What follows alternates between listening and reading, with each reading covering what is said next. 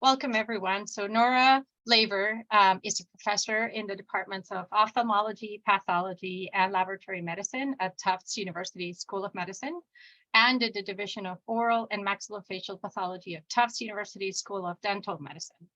Dr. Laver is a graduate of the University of Buenos Aires School of Medicine and completed a residency in pathology and fellowship in cytopathology at Georgetown University Medical Center. She completed calendar Binford fellowships in ocular pathology and oral and maxillofacial pathology at the Armed Forces Institute of Pathology in Washington, D.C. And she's certified by the American Board of Pathology in anatomic pathology and cytopathology. Dr. Laver has extensive training and experience in the field of ophthalmic pathology. She has published over 80 medical peer-reviewed articles and 17 book chapters. She has organized ocular pathology and head and neck cancer conferences and participated in numerous presentations and continuing education courses locally, regionally, and internationally. In addition to directing ocular pathology at the New England Eye Center, she has served as Director of Pathology Residency Training, Director of Cytopathology, and Head and Neck and Thyroid Pathology Clinical Liaison. She's a consultant pathologist at Boston Medical Center and at Lakey Health, and we welcome her for today's lecture. Thank you so much, Dr. Martinez-Laje, for your introduction. Thank you, Dr. Oviedo and Sarah and Maya for all the help to get us ready for today. All right, I'm going to share my screen.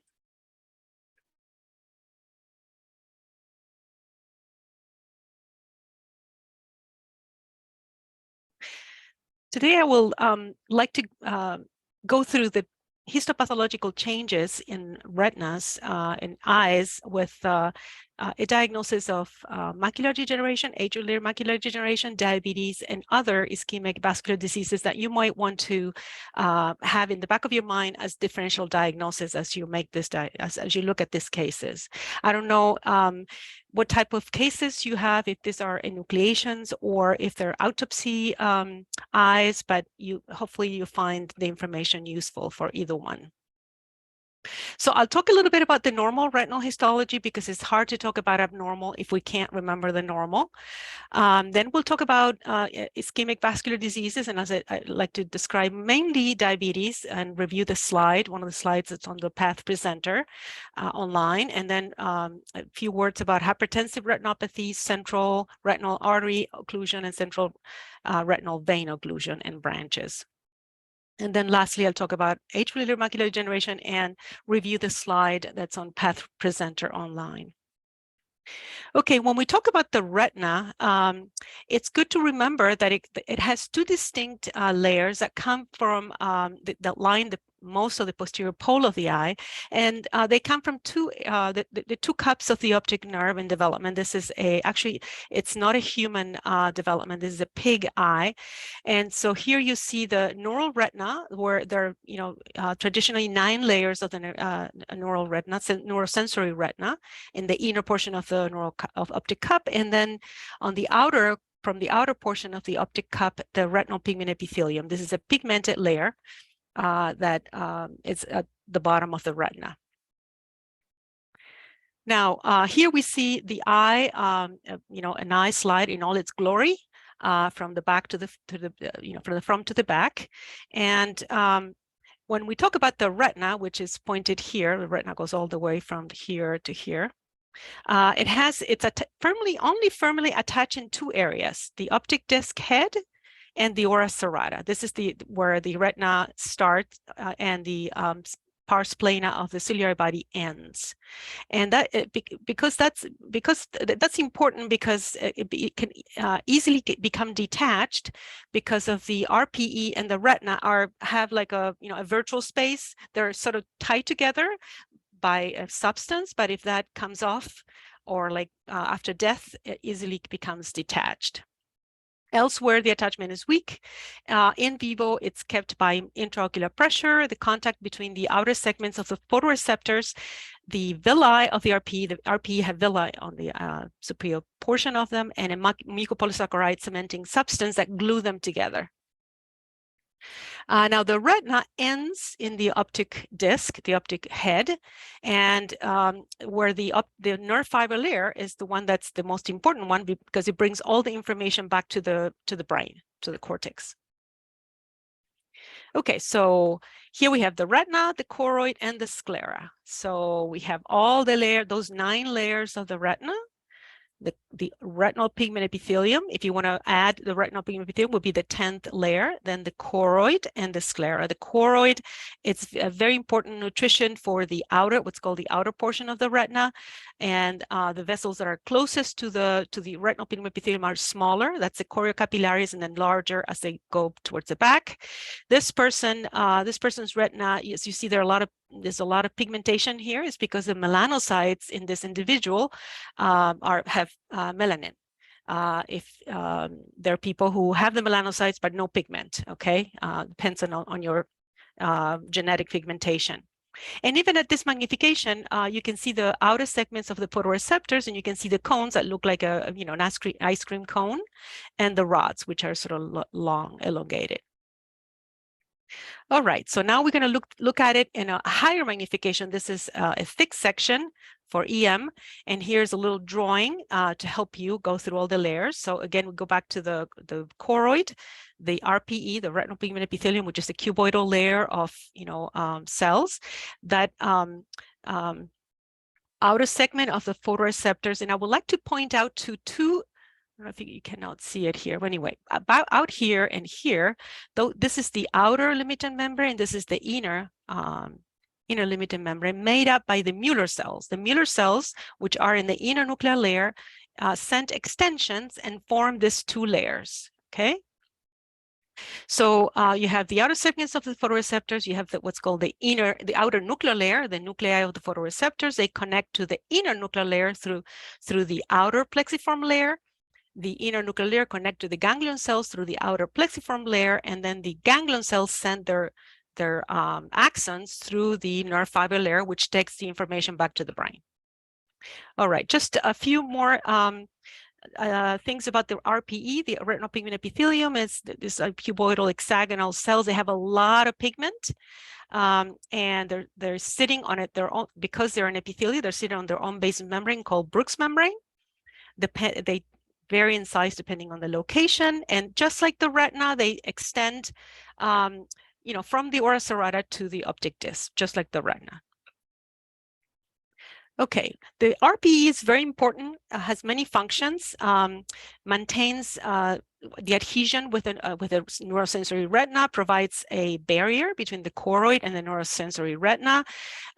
This is very important, especially for macular degeneration. Something goes wrong here, and this phagocytosis of the rods, and to a lesser extent the cones outer segments, synthesizes that interphotoreceptor matrix that holds it, cements it together, absorbs the light and reduces the light scatter so that you have better image resolution, and then transports and storages metabolites and vitamins, especially vitamin A, very important for vision. I would like to point out a few words that are used in ophthalmology that you might stumble upon. So the first one is the macular or posterior pole. So this is the area that we mostly use for our vision.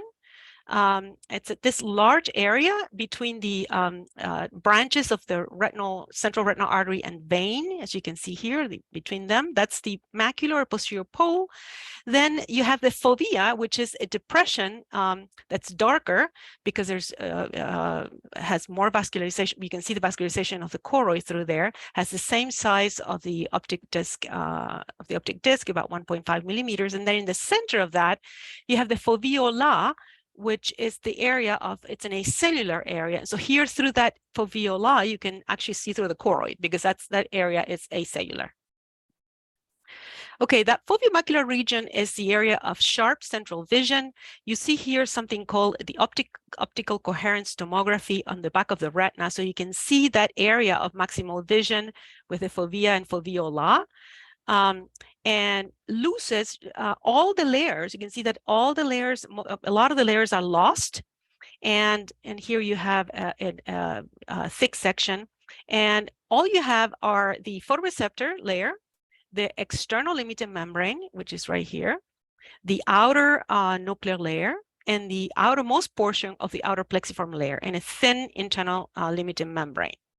Okay, so there's a depression in the macula of the area of sharp central vision. Very good.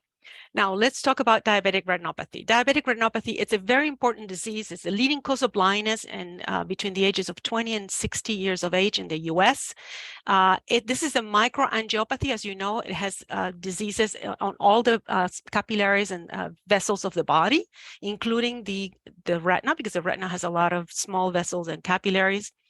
And we know that early in the disease, although patients might not have visual problems, they start to have impaired regulation of the vasculature, alterations in the flow of the retina, and breakdown of the blood-retinal barrier, which is a very important physiologic barrier that regulates the passage of ions, proteins, and water into and out of the retina. Now, clinically, it's classified as either non-proliferative or proliferative. So we'll take a look at the clinical differences of the two of them.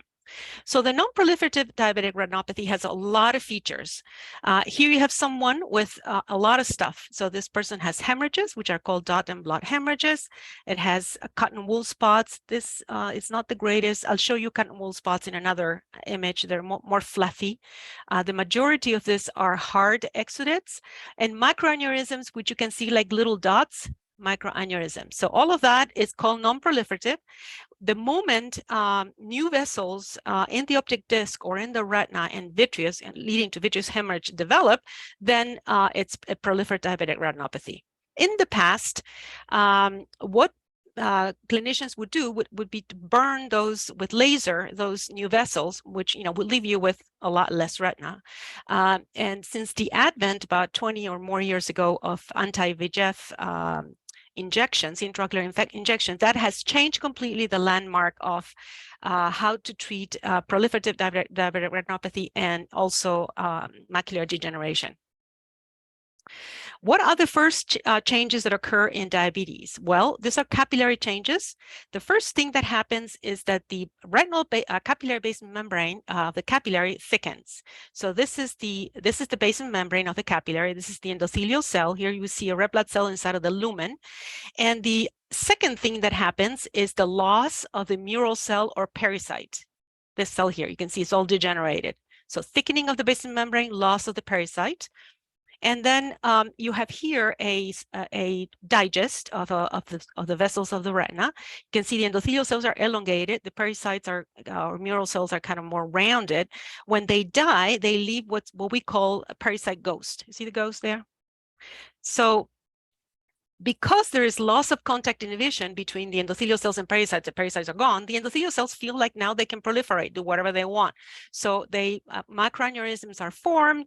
Some of the capillaries go completely dead, so they're acellular, no endothelial cells, no pericytes, and others form even more abnormal intraretinal abnormalities. So here you see on the right, this is an elastic digestion. And you see a normal retina, you see the arterioles, venules, and you see all the capillaries, that foveola with the central area of that it's acellular. And on the left, you can see someone's retina from a diabetic patient who has not been treated with a lot of microaneurysms. And I don't know if you can tell that there's more density of thicker capillaries, and in the background, there's acellularity. And here you see it higher magnification, the microaneurysms. See the microaneurysms? The intraretinal microvascular abnormalities. These are connections of larger vessels with a lot of endothelial cells. Endothelial cells feel like they can party and divide. And then in the back, you have acellular capillaries. I don't know if you can see them. It's the capillaries with no endothelial cells. And so those are non-perfusing capillaries. So a lot going on in the retina of diabetes. One of the things that patients suffer is something called diabetic macular edema. So this is an OCT from the macula, and you can see that instead of being downward, thinner, it's become larger because now you have edema and sort of cytodegeneration of the macula. This occurs in about half of the patients with diabetes. So it's an important reason for vision loss. And here we see a picture of the macula that has broken up, because remember, it's much more thin, and there's so much edema and fibrin deposits, lipids deposits that are coming off. That area of the macula is broken off. Another thing that happens are the cotton wool spots. I promised you I was going to show you better, show you the features better in another fundus. And here we have them, cotton wool spots. These are microinfarcts of the nerve fiber layer, but they're not only found in diabetes, they're also found in hypertensive retinopathy and systemic lupus and in other diseases. And here we have what happens when you look at those microinfarcts. You have what's called the cytoid bodies. These are swollen axonal stumps, and they're stuffed with mitochondria, and they appear as eosinophilic inclusions. Okay, they resemble cell nucleus, and they're not nuclei, but they're just lack of flow through the nerve fiber layer, making like a bump. Okay, the cytoid body of microinfarcts or cotton wool spots in the retina. Hard exudates are can also occur, and these are amorphous eosinophilic deposits in the outer plexiform layer between the outer and inner nuclear layer, and you have them here at higher magnification, how those deposits look like. And when it becomes a proliferative diabetic retinopathy, as we'll see in our example, then you have the retina. This, believe it or not, is the perimacular area. And the retina is atrophic, and there are fibrovascular cores that are pulling from this area with new vessel formation, neovascularization of proliferative diabetic retinopathy. There are other things that you might find.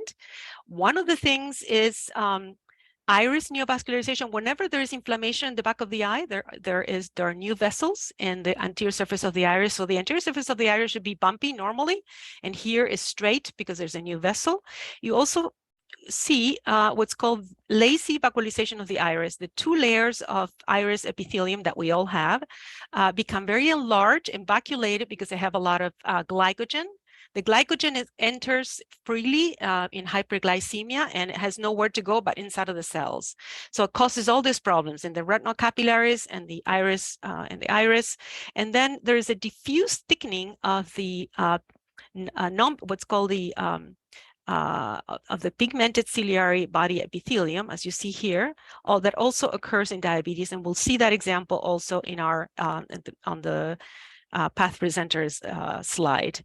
Other things that you might find are corneal epithelial basement membrane thickening, for which you would need a PAS stain, and of course cataract. Cataract formation occurs in diabetic retinopathy.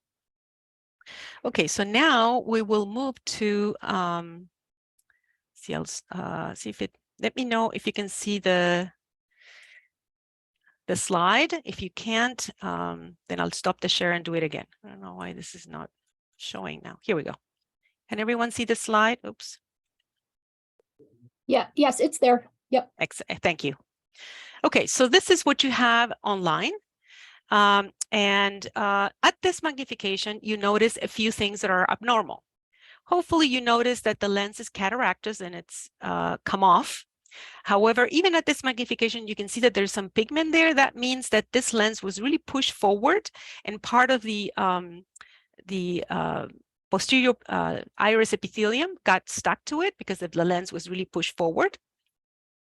Other things that you might notice at this magnification is that there's something, a problem in the retina in the area of the macula. This is right where the macula is located, with cytoid degeneration, cystic degeneration, and that membrane that I showed you at high magnification. You can even see a vessel there. You can also notice at this magnification that the optic nerve has a sort of like a skinnier nerve because there's atrophy. This nerve should have been fitting snugly against the arachnoid, the layers, and it's not because it's atrophic. So we'll start from here, actually I'm going to go this way. So let's look at just a second at the cornea, since we have it and it's a nice cornea. So this slide shows all the normal layers of the cornea, the 4 to 5 layers of corneal epithelium. It sits on its own basement membrane, which, you know, in diabetes could be thickened. You cannot see it here because you will need an PAS.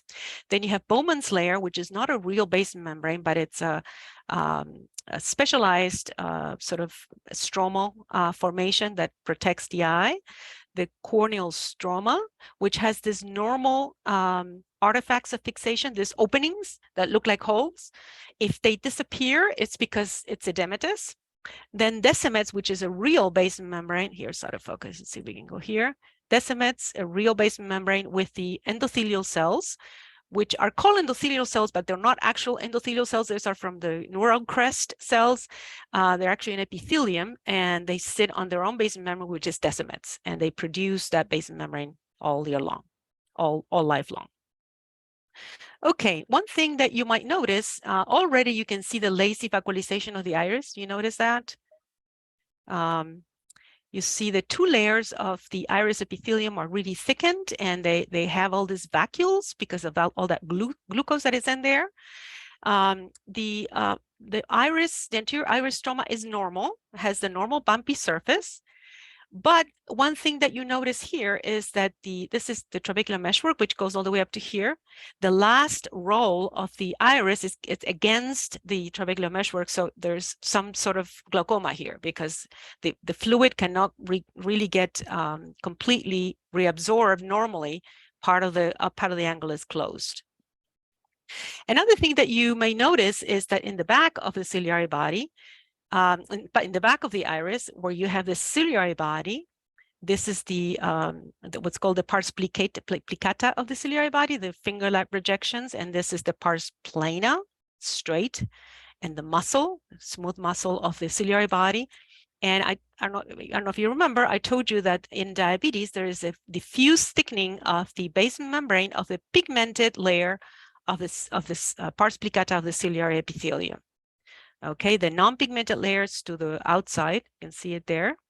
And these are the guys that are holding the lens together and make up the fluid that will go around through the pupil and bathe the anterior chamber and go out into the trabecular meshwork.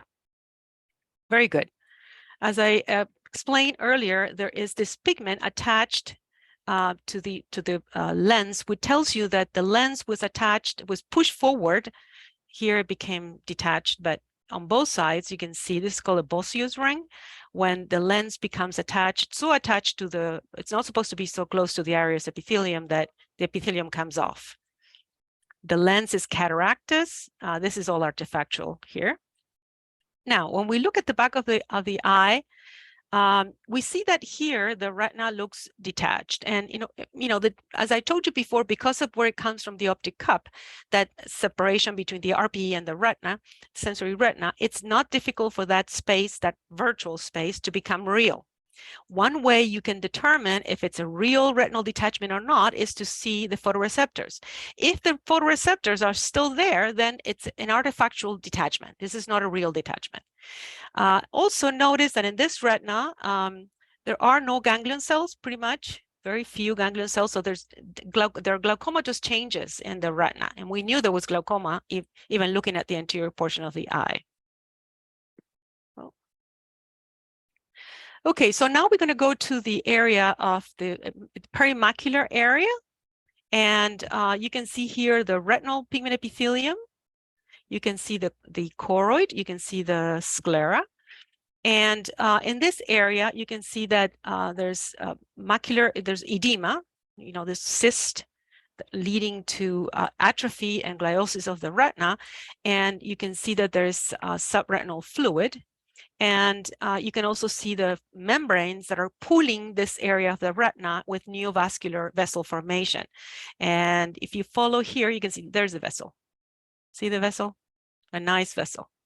Well, not a nice vessel, but a good vessel that has formed in this area of the macula in diabetes. Very good. I would also like to show you again the optic nerve head. So normally the central retinal artery and vein come out of here, and you can see that this area is a little bit distorted because there are more things pulling from the, so there's optic nerve head neovascularization also. There's not only macular or retinal neovascularization into the vitreous, but there's also optic nerve head, and the optic nerve is atrophic, has a lot less nerve fiber layer going through it. And this is this area here, the lamina cribosa, it's very important for tumors. Just wanted to point it out.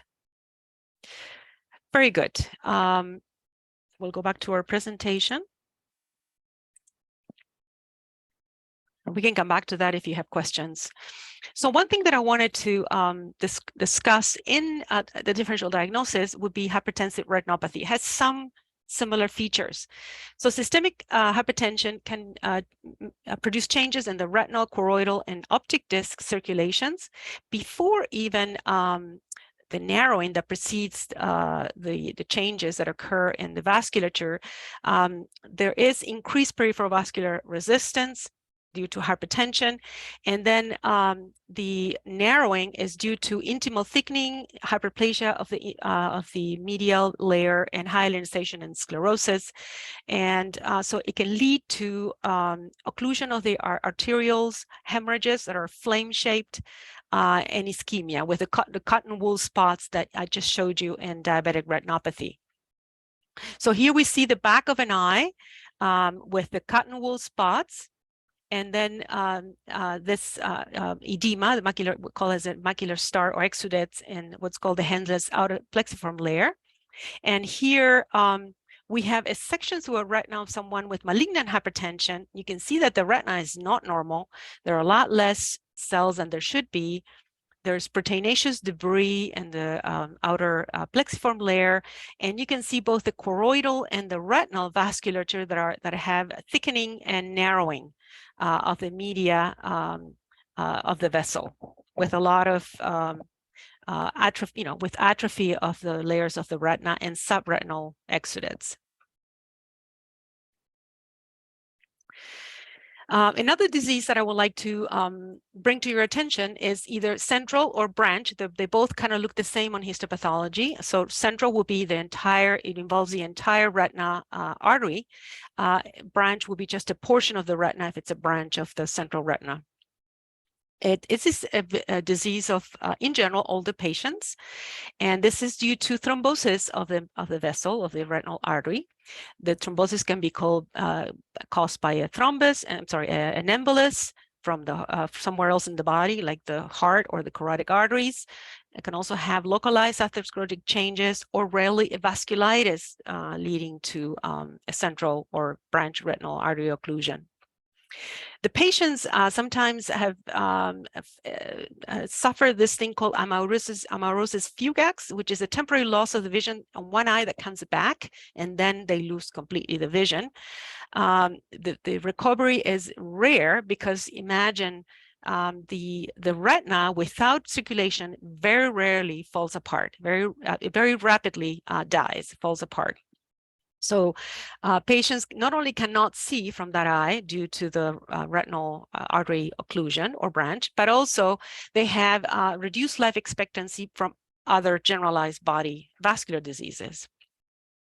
The histology shows that all the inner, there's loss of the inner 2/3 of the retina, because that's what the artery, the retinal central artery feeds, the inner portion of the retina.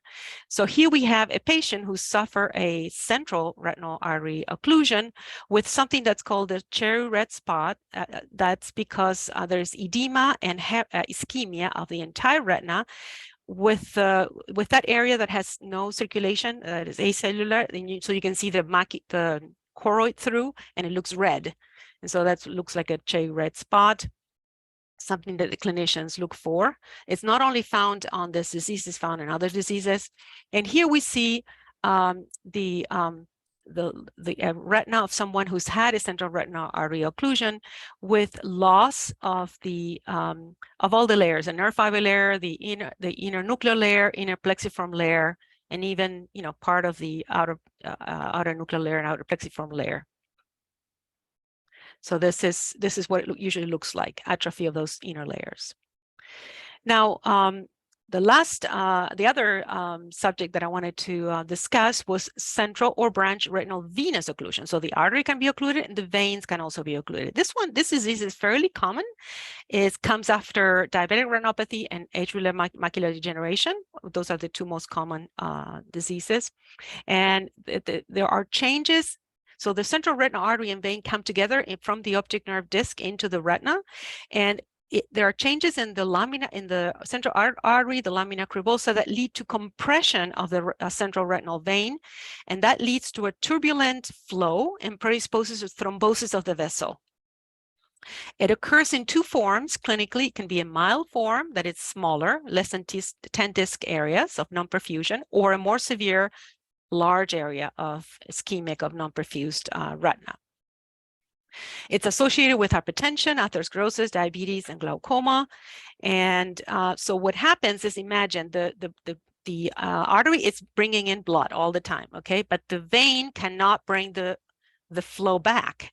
So the flow has to go somewhere. And so it goes out into the retina, and it causes hemorrhages in the territory that's drained by the vein, with edema, ischemia, and necrosis in the formation of cotton wool spots. So this is a typical widespread hemorrhages due to a central retinal vein occlusion. And what happens on histology is that you notice that there are hemorrhages in the inner layers, okay? And those hemorrhages and edema and areas of necrosis eventually will lead to gliosis. Microaneurysms can form also, and acellular capillaries later after you know, all of this is cleaned up. All right. We will now discuss, on the time we have left, age-related macular degeneration of the retina. And this is so remember that I told you that diabetic retinopathy is the leading cause of blindness in people from 20 to 60. People over 60, then the leading cause of new blindness in the US is age-related macular degeneration. It's a very important disease. Both genetic and environmental factors are involved. There's a lot of new research on AMD and, you know, new development of new drugs and therapies. But there are two genes that are fairly common, the CFH and the ARMS2, that are seen in family groups. And there are things that have been shown with big studies that are risk factors. Of course, the older you get, the higher the risk. Use of tobacco, family history, very important. Cardiovascular disease, very important in the, you know, as risk factors. There are two types of age-related macular degeneration, wet and dry. Most people have dry AMD. This is leads to atrophy, okay? Dry AMD doesn't have vessels. Wet AMD, it has a neovascularization, and it's less common, but causes a very fast vision loss. Patients will see one day, and then they wake up the next day, and they have like a dark spot in the eye. They can't see because now they have a hemorrhage from a vessel, from a new vessel of AMD, of wet AMD. Any stage of dry, unfortunately, can turn into wet. Wet AMD, it's always late stage. So what happens with AMD? The first thing that happens in patients is something called drusen, development of drusen. And you can see them here in this fundus photograph. Here's the macula, and you can see that some of them are in the periphery and some of them are actually in the macula. Those are bad drusen, you know, whenever they're in the macular and perimacular area. If they're out here, they're okay. You can have hyaline drusens out here. But if they're in the macular and perimacular area, those are associated with the development of AMD. Patients start to, because that's the area of maximum vision, then patients, because of those bumps that they have that I'll show you in a minute on histopathology, they start to see hazy vision, difficulty seeing, going from bright light to low light, and a blank or a blurry spot in the central vision. And this is why they have something abnormal right under the retinal pigment epithelium. So first, so here's the choroid. Here's the retina with the photoreceptors that are kind of not in good shape. This is the RPE, and under the RPE that you have what we call diffuse drusen. Some of the drusen may be hyaline, as you see here, but the others may be soft drusen. The soft drusen are the worst part, or laminar, LAM 1 and 2 type of drusen. So something is wrong with the RPE that collects under the RPE this material that shouldn't be there, that lead to the formation of drusen and then AMD.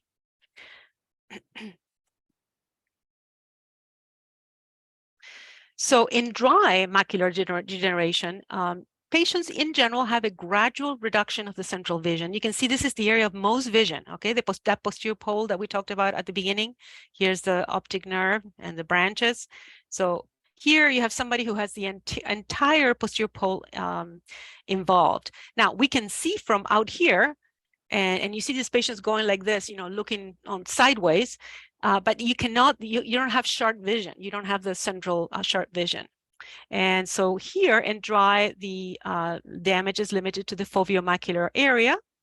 And the atrophy of the retinal pigment epithelium in this area tends to spread and form well-demarcated borders called geographic atrophy of macular degeneration. The good news is that there are some things that people can do, and you know, if you have family history of dry AMD, you can take supplements. There's a lot of research that have shown that all these supplements, as we age, we don't do take, like lutein, zeaxanthin, zinc oxide, and copper. But there's really nothing more right now that's for treatment. Now there's a lot of research, so there's hope, but there's not a whole lot of new treatments. Now, wet macular degeneration, as you can see here in this area of the macula, there are new vessels with hemorrhages. So under the RPE, so here we have the RPE that is degenerated. Believe it or not, this used to be the RPE. Here's the retina that's also degenerated. And between the RPE and the choroid, you see this membrane that's formed here. It's a fibrovascular membrane. The vessels are not very good. They're not very cohesive. And so these are new endothelial cells, so they're very leaky, and they lead to hemorrhages and very rapid visual loss in AMD. Now, there are two treatments that are being used today, the photodynamic therapy and the anti-VEGF that I mentioned before with diabetic retinopathy, that are very successful in shrinking down that membrane, that neovascular membrane, leading patients with some kind of, a little bit of vision. Even if you have spots in the macula, little spots that allow you some vision, is better than nothing. All right, we will now go to the other, this out, and let's go to the other slide, the presenter view. Okay, let's go to the next one, first one. Everyone can see the slide, hopefully? Yes, yeah, we can see it. Excellent. Okay, so even at this magnification, this is someone with macular degeneration that has not been treated, because it was at a time when there was no treatment or occurred too fast. And even at this magnification, you see already problems. There is a lot of blood right under the retina and exudates in the vitreous body. The lens is pushed forward by that hemorrhage. The retina is detached, and the lens is completely pushed forward, and there is fibrin stuff in the area where the iris is, with, of course, closed angle glaucoma, because this material will not allow anything to go through the angle. So and the lens is obviously also becoming cataractous. So you can see here that material, the iris, looks kind of atrophic because it's been sitting on a lot of blood and fibrin, and all this fibrin in between the cornea and the iris. Here's a sort of, this is the posterior layer of the iris, and here's the anterior surface of the iris, and you can barely see the outline.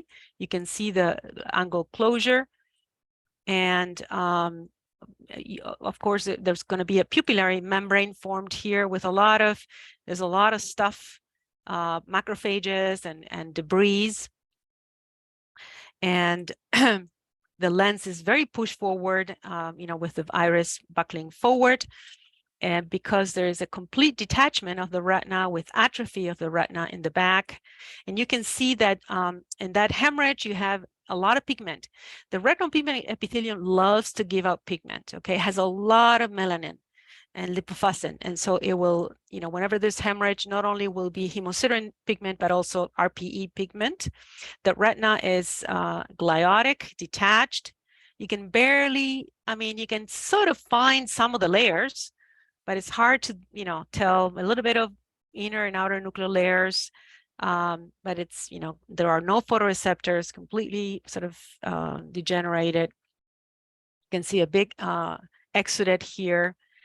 And you can even see that the optic nerve, again, it's a little bit thinner than it should be, and even has maybe some reactive changes.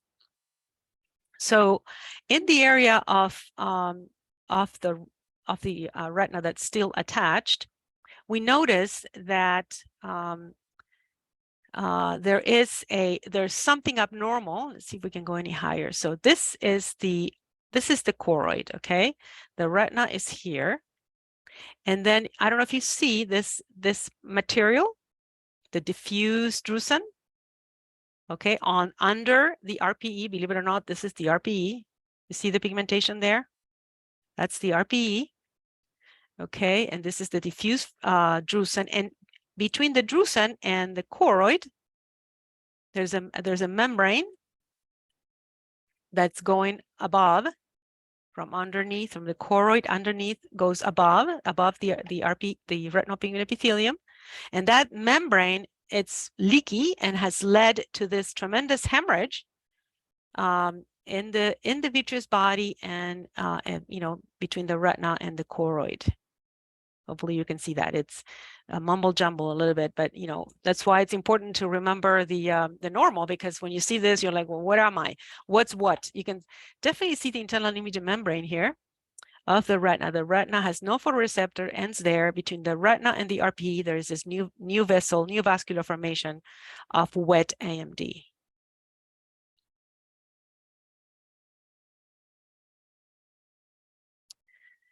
Okay, and I think this is a good time to maybe stop and see if people have questions.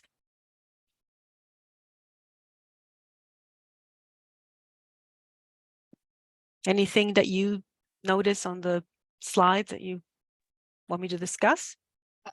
I have a question. Yes. Hi, sorry, let me put on my video. Hi, it's Gabrielle Yaney. Hi. Those are really great images. Thanks for sharing. I love the level of detail. On the first slide that you showed in Path Presenter, yeah. So the cystic changes that you see in the macular degeneration, sometimes I'll see those kind of closer to the ciliary body, and I think it's excellent related. question. Is that right? Yes, Is that, you can see them right here.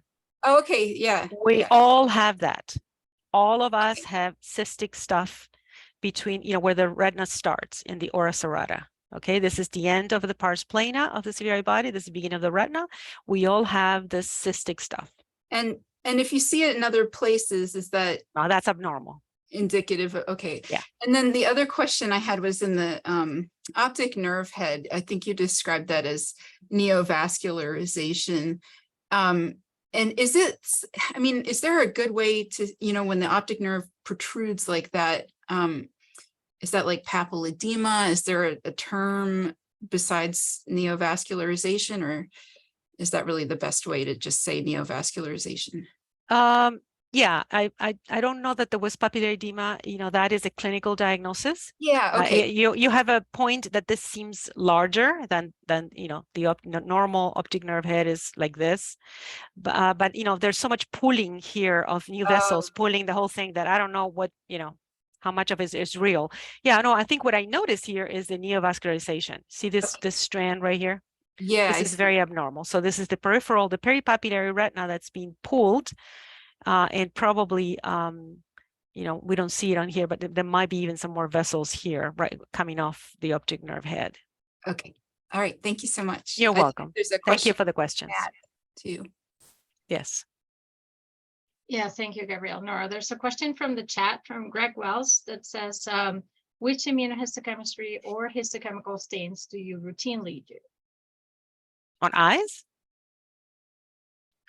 I don't. I do H&E and PAS. You know, if there are other pathologies, and I would say the main pathology that I do immunohistochemical stains is for whenever I see inflammation of the choroid.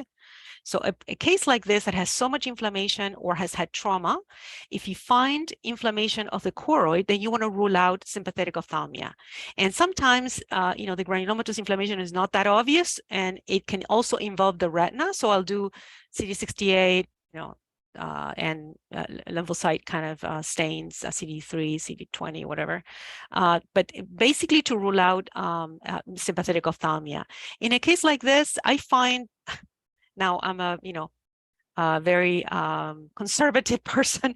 I do, for the most part, I do H&E and PAS. I find PAS very useful for all the basement membrane and abnormalities in the retina. Let's say that you want to see gliosis, you could do GFAP. You might want to outline the retinal pigment epithelium with some kind of epithelial marker. You could do PAS with and without diastase for the, you know, in diabetic retinopathy for the lazy vacuolization of the iris. You could do that. But I don't even do a whole lot of immunos on tumors unless I have a problem with the tumor, you know, because melanomas, they're very typical. So yeah, that's a great question. But I mean, if you let me know if you have are you thinking of a specific pathology that you feel like you need immunos? No, that's been very helpful. I was just thinking for the diagnoses that you discussed today, the only thing really that came up was PAS, and you mentioned that again, and that seems like the only histochemistry that you need. The immunos don't seem that useful. Just wanted to check. Thank you. Thank you. Yeah, you're welcome.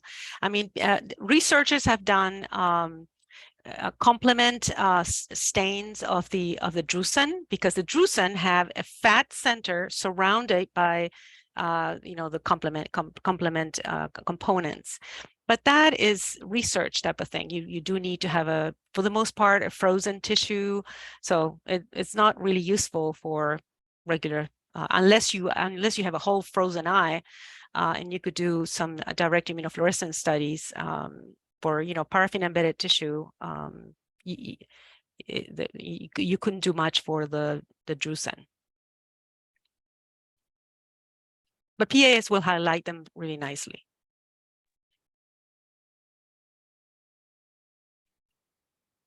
So Yeah, Greg Wells I'm again. not seeing any more. Another. Oh, go ahead. Are the diagnoses that you render useful clinically? You know, the eye is a nucleated eye. How do the ophthalmology clinicians use our information as pathologists? Can we be, yeah, are we helpful to them, or this is all after the fact and it's more just sort of confirming or research related? Well, if it's after the fact, they want to have confirmation that they took the eye and there was pathology in the eye. It's very important that we do that. I've seen, now this is on penetrating keratoplasties or Descemet's membrane excisions, where, you know, people will make funny descriptions because they don't, you know, they don't know how to describe it. And the clinician gets upset because they could actually be sued. As, you know, well, this is a normal, you took out a normal cornea. You know, you want to say that, you know, that what they took, you want to assure the patient that what they took out was needed to come out because it was abnormal. So that's on one hand. So taking an eye out is a big thing in children and adults. You know, you will need a fake eye, so that's and you will not be able to see. And there are instances where they think it's one thing, it's another. So I've had a diagnosis of tumors that were wrong, let's say they thought it was a melanoma, uveal melanoma, and it was actually a metastasis. I've had eyes with sympathetic ophthalmia that were not thought of, and they didn't know that there was sympathetic ophthalmia there. And so that needs immediate attention because the patient will lose the other eye. And then there are cases where they did not know there was a tumor. It was a blind, painful eye, and there's a tumor growing in the eye, and they had no idea. And there are cases where, they think it was an infection, and actually it's something called phacoantigenic endophthalmitis, where the lens breaks. We don't recognize our own lens fibers from before birth. So we mount an immune response, an innate immune response, like if it was a bug. So we send the PMNs and then the macrophages all surrounding the area of the capsule of the lens that is broken, and that leads to something that it looks like an endophthalmitis. And so that might come to excision as an infectious case, and it actually is not an infectious case. It's some kind of traumatic event that led to that. So I would say that I think it's very important, and I've gotten phone calls. If there were questions of things that I didn't report or reported and they weren't thinking about. So I don't know what your experience is, but I think as pathologists, we either assure the clinician that they were on the right track or rectify their diagnosis. Very helpful. Those I'll call them anecdotes, but your experiences are like we have in all body regions. But very good. Thank you very much. You're welcome.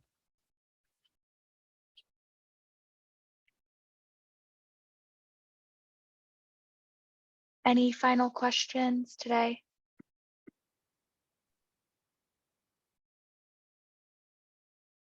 Looks like Awesome. that's all we have. We have some people saying thank you. And You're I welcome. say the same. Thank you, Dr. Laver. Yes. Thank you, Dr. Laver, and thank you again for joining today's AANP Teaching Grounds presentation. We would ask that you take a few minutes to complete a short evaluation. Completion helps ensure accurate reporting to the accreditation board. A link to the evaluation will appear on your Path LMS screen upon the conclusion of the Zoom meeting, or you can navigate back to the main course and select the evaluation option. Once you have completed the evaluation and selected your credit amount, please select the appropriate certificate based on your credentials. The PowerPoint slides and recording will be posted to the AANP website in the next week.